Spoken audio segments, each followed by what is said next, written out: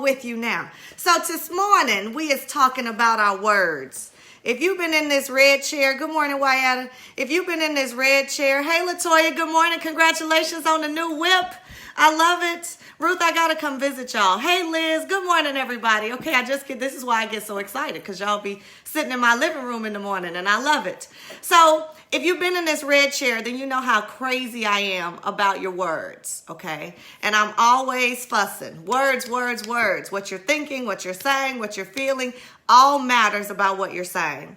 So I'll tell you, when people know how crazy I am and they realize how crazy I am about their words, then they try to fix their words when they're talking to me, right? Because they go, Coach Mo is going to be on my words, so I need to make sure I'm using the right words. And that is awesome. And it is a great compliment that you hear what I say and then you try to fix it for me. But that trying to fix it for me part, and if you're only careful with your words when you're talking to me, then you are in danger 90% of the time, because your words always matter. There is never a time where what you are saying doesn't matter, because what happens? First, words are everywhere and words are literally everything. So whether you're reading, writing, driving, whatever you're doing, words are involved. Now, words, conversely, only really have the meaning that we give them, okay? For example, the word to manipulate. We have made this word mean something bad. And so when you hear the word manipulate, you automatically shut down, push off, and go, oh, no, no, no. But if you really look up the word to manipulate, it simply means to offer a change to the outcome. That doesn't sound bad, does it? But we put all this intense energy into these words and then don't pay attention to the words that we're using. And so words first formulate our thoughts. But then the reason that we have to watch our thoughts and pay such close attention is because those words then become part of not just our world, but those words then become part of our feelings. And when our feelings are not feeling blissfully, joyfully, amazingly great, then our feelings are showing us something that we don't want and pointing us in a direction that we don't want to go in.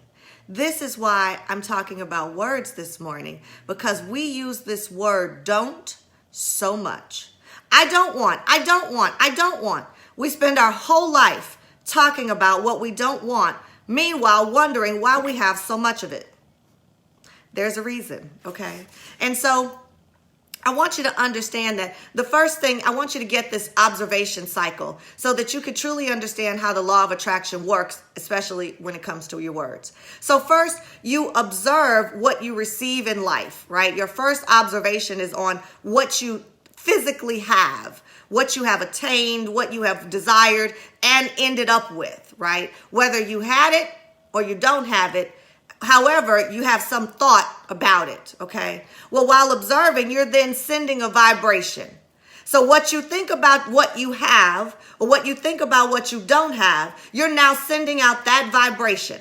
And so you are tuned into that channel, the channel that has it or the channel that doesn't have it. Wherever you are with your thoughts based on those words is what's dictating this. But then the law of attraction picks up the words and the thoughts and the feelings and then says, let me give you some more of this. And now it spits it out. And as a result, you get more of what you're vibrating on, whether positive or negative. Okay? So that's the process. That process, though, does not change.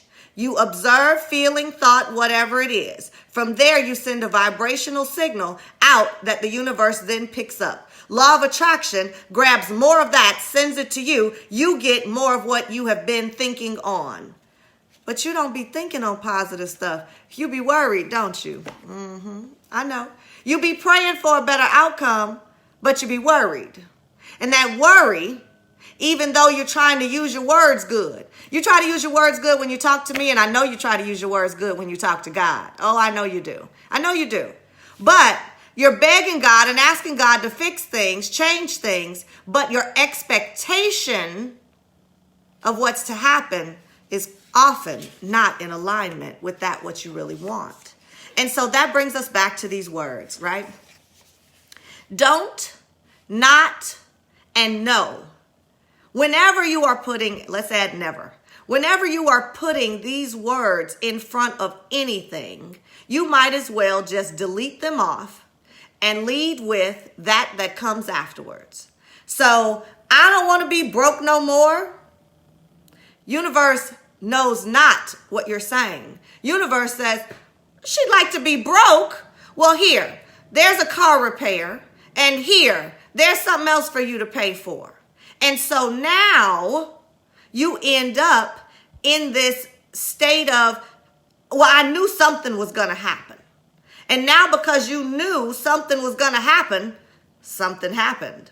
That is your power. You have the power behind everything that you create, but you continue to create it with words that do not serve you.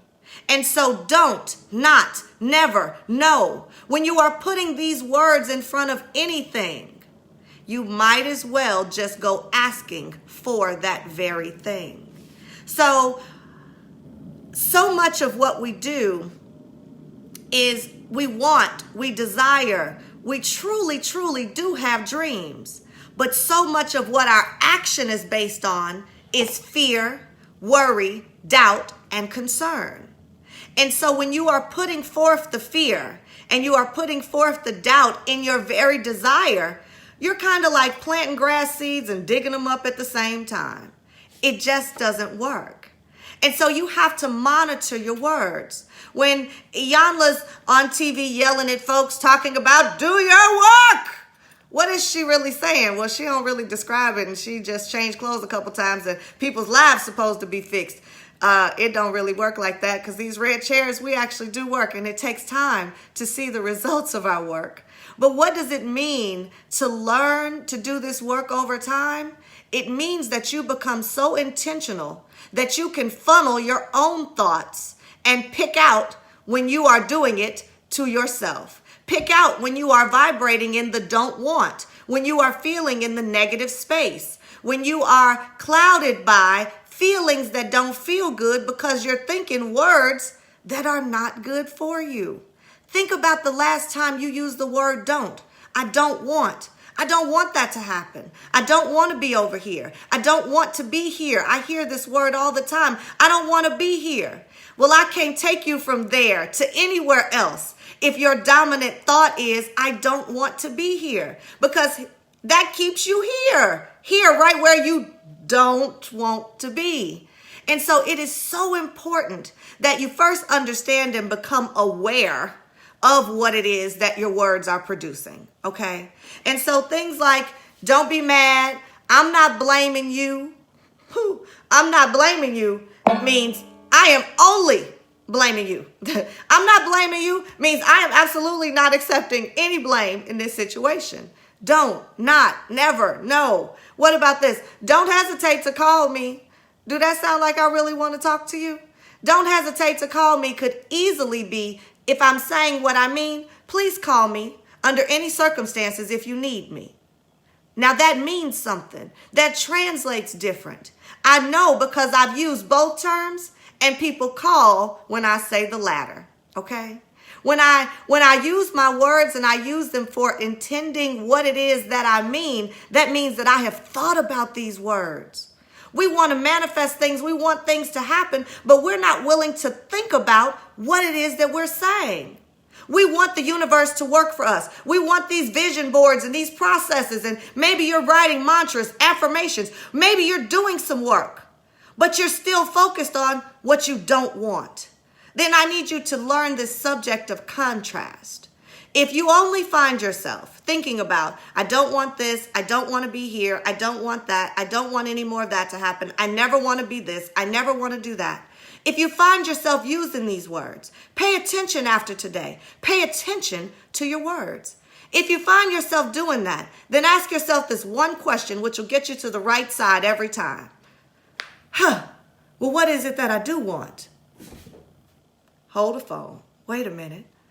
That evokes an entirely different process, because now you have to answer the question, what is it that I do want?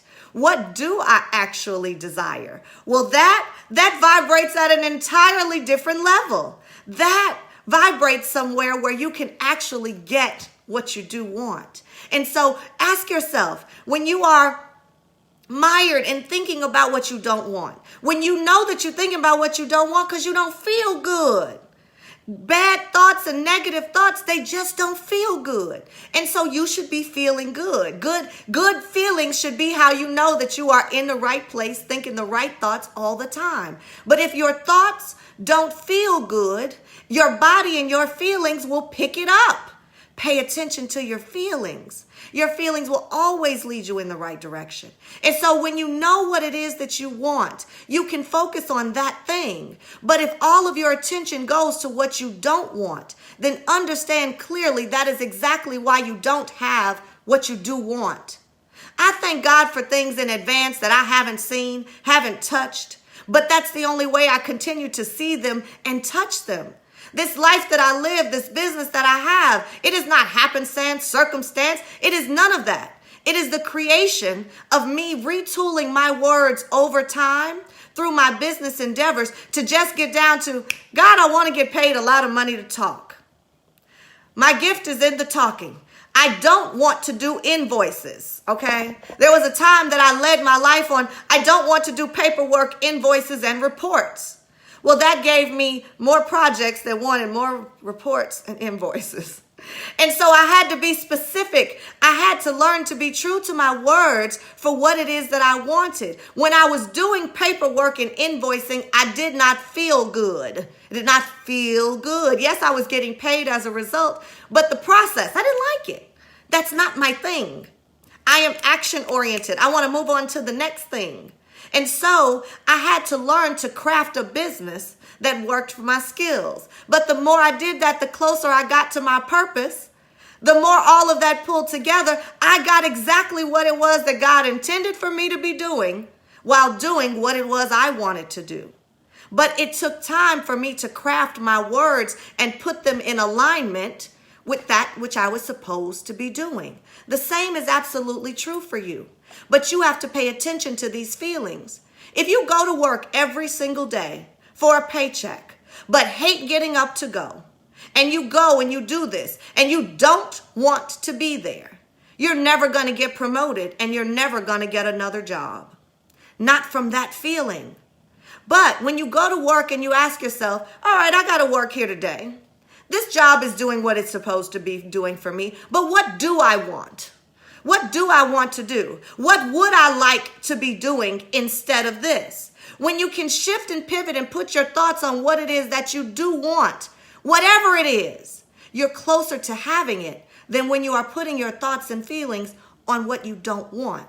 And so what's that one question that you ask yourself? What is it that I do want?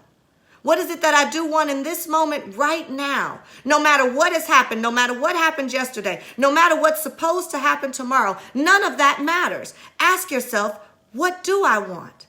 And then the work becomes, do you believe that you deserve it? Do you believe that you can have it?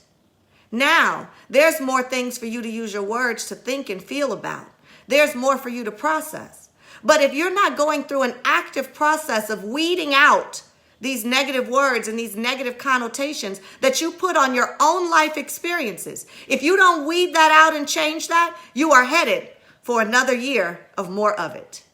And who wants another year of the same BS that we had last year? This is about having our best year, having things be in alignment with what it is that we want to experience. How can you get there?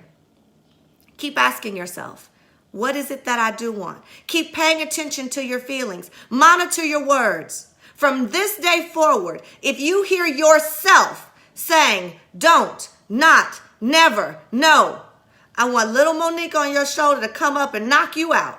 Oh, okay, what just happened? I just said that. What do I want? What do I want? What do I want? Ask yourself this question and be willing to receive the answer. because that then becomes the next hardest part. We want one thing, but we're afraid of it. The fear of success outweighs the fear of failure every day of the week in all of my coaching. The fear that it might actually work out, that I might actually be able to be the person that I want to be. That is truly scary. I understand. But it's so much better to explore being the person that you truly desire to be instead of sitting back, looking and wondering at who you could have been if you just did what was in your heart. But we become so scared, and that paralyzes us. And so how can you move forward from where you are today? Stop with what you don't want. Figure out what you do want and just go get it. Just go get what you want, and don't be delayed. Don't be denied, because no one is denying you but you. When we ask God for something, God has already known what we wanted. So you think he didn't already work out how to get it? But our level of belief does not also support what we ask for. And so you pray, but you don't pray believing. You just pray. And your prayer often looks a lot like doubt and worry. And so you must shift your energy, your vibration, your focus, your whole being to believe what it is that you want. Not just that it can be had, but that it can be had by you.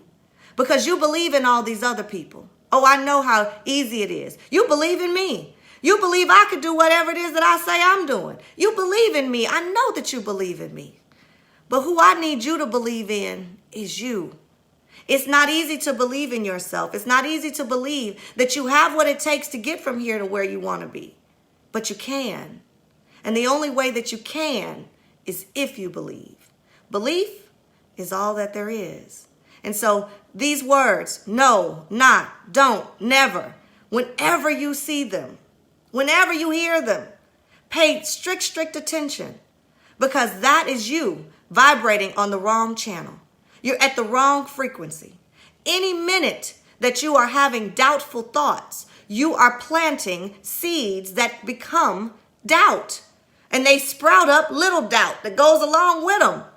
We got dreams, we got goals, we got desires. We got to focus. And so there is no time for us to be in this worried, doubtful place. And so for each and every one of you, there is something in your heart that is covered up by what you're afraid of, by what you don't want, and by what has happened to you in the past. And I need for you to know that today is a brand new day. And whatever happened yesterday matters not. Whatever is going to happen tomorrow also doesn't matter. What matters is what you can do right now to affect tomorrow. But when you're doing it right now.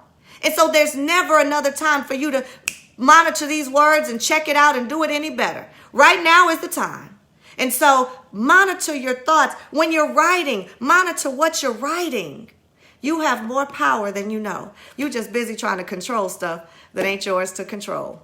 So let that go and pick up the other stuff that you're supposed to be doing. This is your time. This is your season.